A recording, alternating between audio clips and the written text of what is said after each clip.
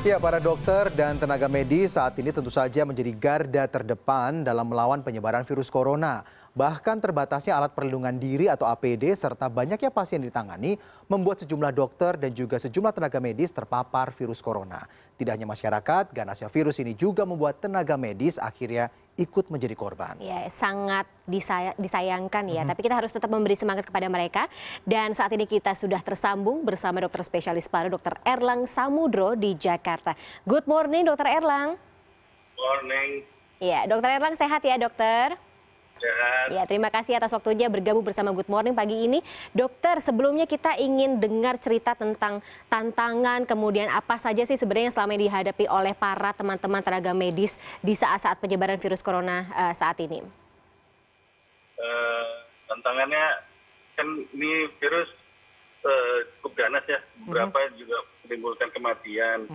Nah, terutama pada pasien-pasien yang sudah berumur, yang punya komorbid, ya itu yang tantangan itu yang sulit. Karena kan ini masih belum jelas, obatnya juga belum ada ya, penyakit ini. Itu terus kemudian disusul dengan kelangkaan APD. Ya, tapi kalau di rumah sakit persahabatan sih kita ada cukup dan banyak bantuan ke sini datang.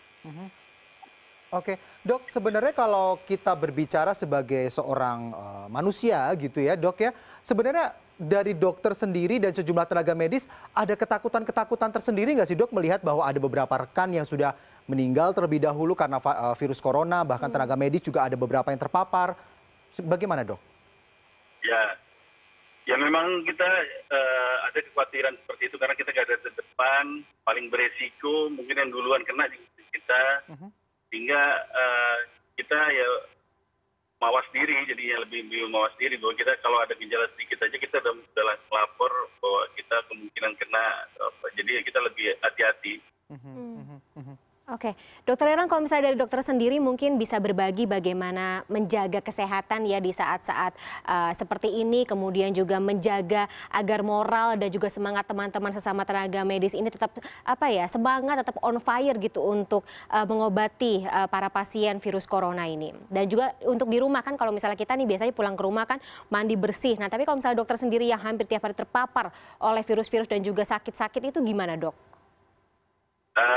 Kita sih di sini makanan cukup banyak ya, jadi banyak juga bantuan dan gizi juga cukupi, minum vitamin, kemudian setiap kali kita habis melakukan tindakan kita bisa mandi.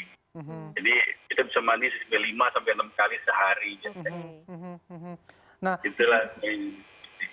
iya, dok. Nah, kalau misalnya kalau kita tahu kan sekarang ada beberapa tenaga medis ya, dok, sudah mulai terpapar virus corona gitu, sudah positif virus corona, dan bahkan ada kemungkinan jumlahnya akan terus bertambah baik dari orang biasa maupun tenaga medis. Sejauh ini apakah memang penyebaran yang atau sakit yang diderita oleh seorang tenaga medis akibat virus corona ini akibat dari terbatasnya sejumlah alat pelindung diri sehingga mereka tetap harus menolong di saat alat pelindung diri ini sebenarnya tidak begitu memadai bagi mereka begitu? Kalau kita lihat ini kan ini baru seminggu terakhir ya. Kalau seminggu terakhir berarti paparannya itu seminggu yang lalu. Nah, seminggu yang lalu itu mungkin kawan-kawan yang bukan di rumah sakit rujukan itu awareness-nya masih kurang. Sehingga dan penggunaan APD-nya nggak masih sekarang.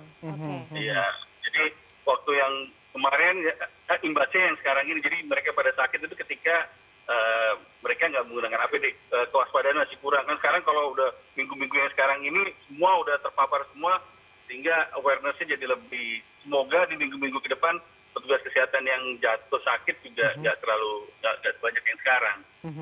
Oke, Dokter Erlang, kalau tadi bicara mengenai APD, kalau misalnya fasilitas dari rumah sakit rujukan sendiri sampai dengan saat ini menurut Dokter Erlang sendiri cukup memadai nggak untuk mengobati pasien yang datang? Kalau untuk rumah sakit rujukan karena memang sudah disiapkan banyak bantuan yang datang ke rumah sakit rujukan. Kadang-kadang yang jadi masalah tuh bukan rumah sakit rujukan. Mereka karena APD terbatas, kemudian kadang-kadang awareness jadi kurang. Itu yang terjadi mungkin minggu yang kemarin imbasnya ke minggu ini. Oke.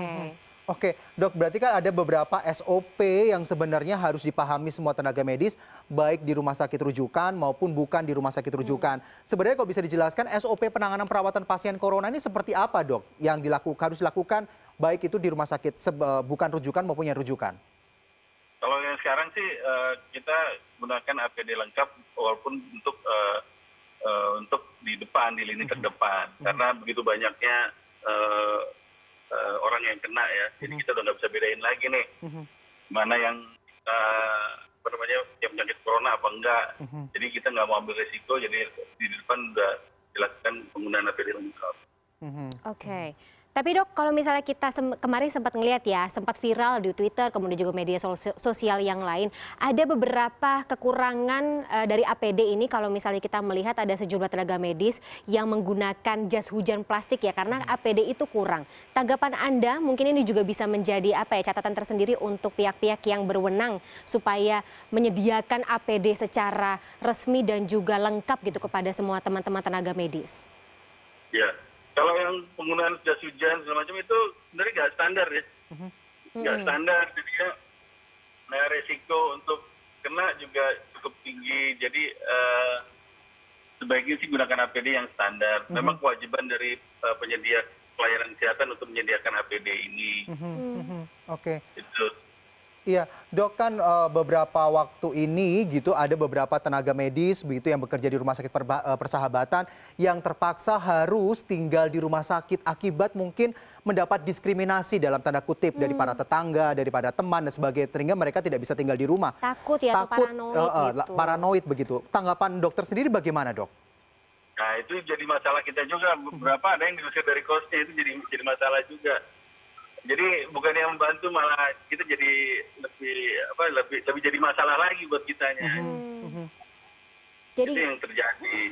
Sebaik-baiknya sih nggak usah dilakukan diskriminasi atau stigmatisasi pada petugas pelayanan kesehatan ini. Tolonglah. Oke. Selain jangan diskriminasi terhadap para tenaga medis itu, imbauan apa lagi, Dok, yang bisa disampaikan untuk masyarakat dalam sama-sama menghadapi pandemi virus corona 19 ini atau 19? Ya, salah satunya adalah stoplah pusat-pusat keramaian, karena kita nggak tahu siapa yang sakit, siapa yang enggak. Jadi kita emang betul social distancing, tinggal di rumah untuk mengurangi kecepatan dari penyebaran virus ini. Oke. Baik, terima kasih Dr. Erlang sudah bergabung bersama CNN Indonesia Good Morning pada pagi hari ini. Dan yang jelas ya kita tetap terus memberikan semangat dan support buat para tenaga medis yang tentu saja menjadi garda terdepan dalam penanganan virus corona ini ya. Sehat-sehat semuanya ya teman-teman tenaga medis ya.